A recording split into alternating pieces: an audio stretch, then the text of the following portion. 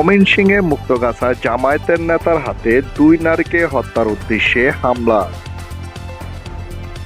ময়মনসিংহে মুক্তাগাছার চেচুরিয়া বাজারের কাছে বাগামারা বাজারের জমি নিয়ে বিবাদের জের ধরে হুজুর বেশ ধরে থাকা এক জামায়াতের নেতা 2 নারী হত্যার উদ্দেশ্যে হামলা করেন।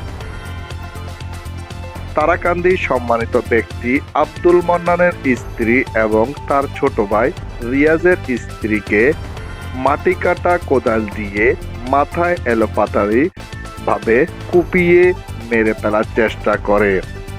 একটি সিসিটিভি ভিডিও ফুটেজে প্রমাণ দেখা যায়।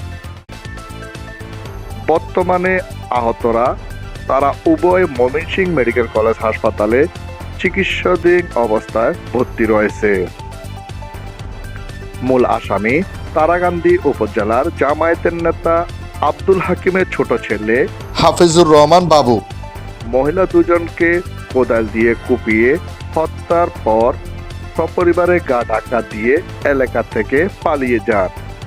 স্থানীয় ও আহতের আত্মীয় স্বজনেরা জানান, তাকে যেন যেখানে পাবে সাথে সাথে ধরে পুলিশের কাছে সোপর্দ করে আইনগত ব্যবস্থা নেওয়ার জন্য অনুরোধ করা যাচ্ছে।